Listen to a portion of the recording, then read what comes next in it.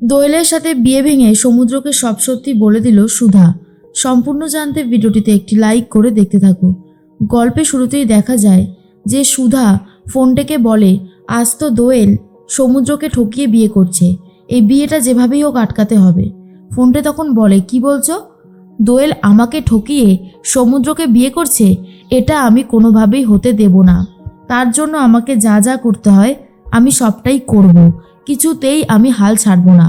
সুধা বলে আমিও দেখতে চাই যে কি করে দোয়েল সমুদ্রকে ঠকিয়ে বিয়ে করতে পারে। এর মধ্যেই ফোনটে গুন্ডাদেরকে জড়ো করতে চায় আর বলে 13 মিনিটের মধ্যে পুরনো জগদ্ধাত্রী মন্দিরে হাজির হয়ে যা। এর দিকে দেখা যায় ঠাম্মির শরীরের অবস্থা ভালো না, সবাই মিলে চিন্তা করতে থাকে। মেজমা তখন বলে কি যে হবে, মায়ের অবস্থা মোটেও ভালো লাগছে না। তার মধ্যে দেখা যায় দোয়েল তো রেডি হয়ে গেছে, আর এর মধ্যেই জেঠি বলে দোয়েল আমি কখনো ভাবতেই পারিনি যে তোর বিয়েটা এইভাবে লুকিয়ে চুরিয়ে দিতে হবে। আমরা ভাবি এক আর হয় আর এক, ভাবতেই পারিনি যে এরকম কিছু হতে পারে।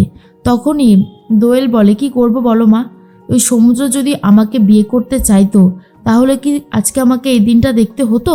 হতো না তো, কিন্তু ও তো ঝিনুককে ভালোবাসে, তাই ঝিনুকের নাম ভাঙিয়ে আমাকে এই কাজটা করতে হচ্ছে। আড়াল থেকে দাঁড়িয়ে সমস্ত কথাই শুনতে পাচ্ছে সুধা, ঝিনুক আর ফোনটে। তার মধ্যেই মনে মনে একটা কথাই ভাবছিল দোয়েল যেভাবেই হোক না কেন এই বিয়েটা হয়ে যাওয়াটা ভীষণ দরকার, কারণ এই বিয়েটা যদি না হয় তাহলে সব কিছু শেষ হয়ে যাবে। ফোনটে তখন বলে আমি আর মেনে নিতে পারছি না, ইচ্ছা করছে দোয়েলকে এখনই একটা কঠিন শাস্তি দিই।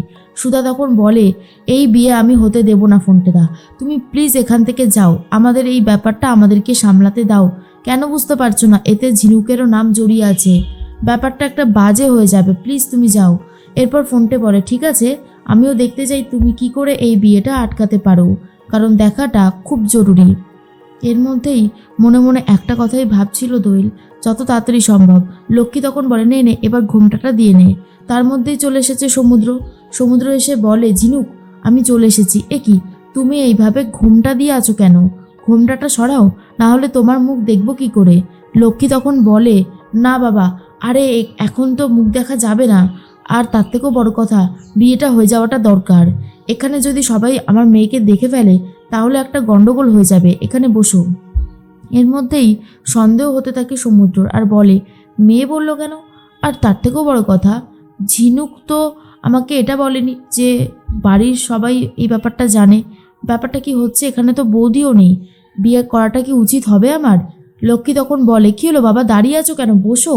এর মধ্যেই সমুদ্র বলছিলাম কি আমি একবার ঝিনুকের মুখটা দেখতে চাই, কিন্তু লক্ষ্মী কোনোভাবেই মুখটা দেখতে দেয় না। আড়াল থেকে সুধা দাঁড়িয়ে দাঁড়িয়ে সবটা দেখতে পায় আর বলে জেঠি এই রকম কাজ করছে, একদমই ঠিক হচ্ছে না, যেভাবেই হোক বিয়েটা আমাদেরকে আটকাতে হবে।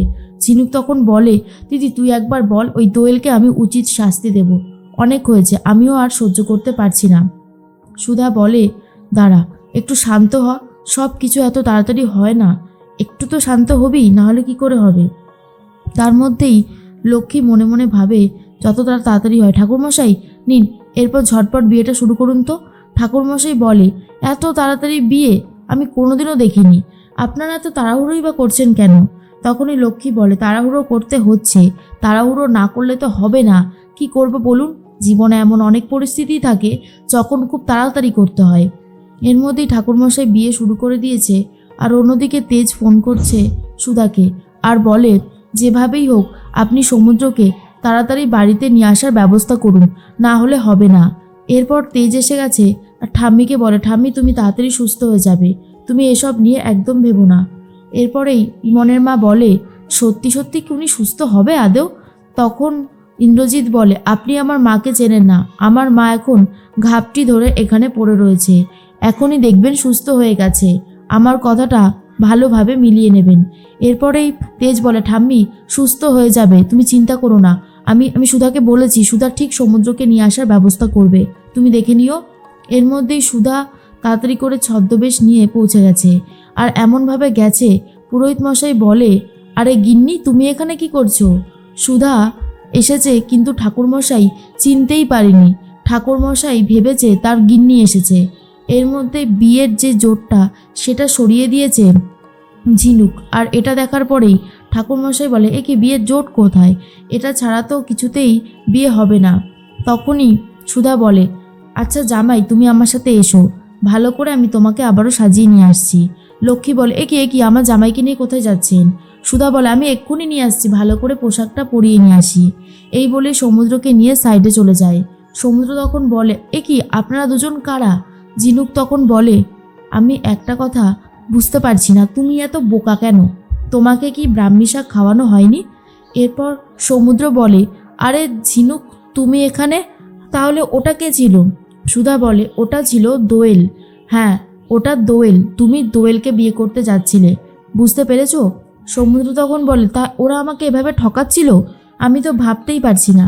অন্যদিকে দেখা যায় সুধা যেই ম্যারেজ ব্যুরো অফিসটা খুলেছে সেখানেই চলে এসেছে তার প্রথম ক্লায়েন্ট এসে সুধাকে না পেয়ে ঠাম্মির হাতে একটা চিঠি লিখে রেখে যায়।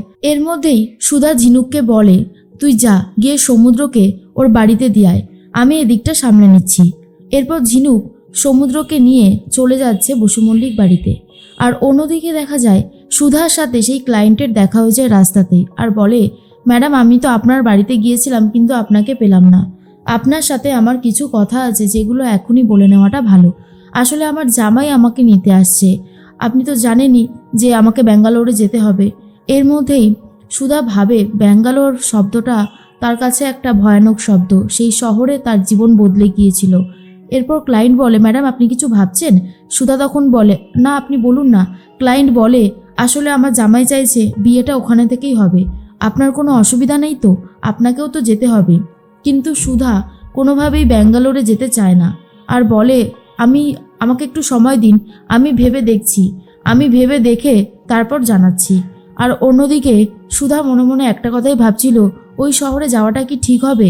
যেই শহরে আমি সব কিছু একদিন ছেড়ে চলে এসেছিলাম, সেই শহরে যেতেই কেমন যেন ভয় লাগছে। এদিকে দেখা যায় সার্থক চলে এসেছে কলকাতায় আসার পরেই সে তার হবু শাশুড়ির সাথে কথা বলতে থাকে আর বলে, শাশুড়ি মা, আমি চলে এসেছি, আপনি আসুন, আমি আপনাকে নিয়ে চলে যাব। তখনই শাশুড়ি মা বলে, হ্যাঁ আমি এক্ষুনি আসছি। এর মধ্যেই সুধা হাঁটছিল আর সুধার সাথে সার্থকেরই ধাক্কা লেগেছে। সার্থকের সাথে ধাক্কা লাগায় সুধা তো সার্থককে চিনে গিয়েছে আর বলে, এ কি, সার্থক এখানে কি করতে এসেছে? সার্থকের তো এখানে আসার কথা ছিল না। এরপর সার্থকের হাত থেকে ব্রেসলেটটা খুলে যায়। ব্রেসলেটটা নিয়ে সুধা ডাকতে থাকে, তারপর ঘোমটা দিয়ে দেয়। সার্থক এসে সুধার হাত থেকে ব্রেসলেটটা নিয়ে যায় আর সুধা ভাবে, এই ছেলেটা এখানে এসেছে কেন, কিসের জন্য? ও তো এই শহরে খুব একটা আসে না। সুধার মনের মধ্যে একটা ভয় ধরে গেছে আর ভাবতে থাকে, সার্থক এসে আবার কোনো গন্ডগোল করবে না তো।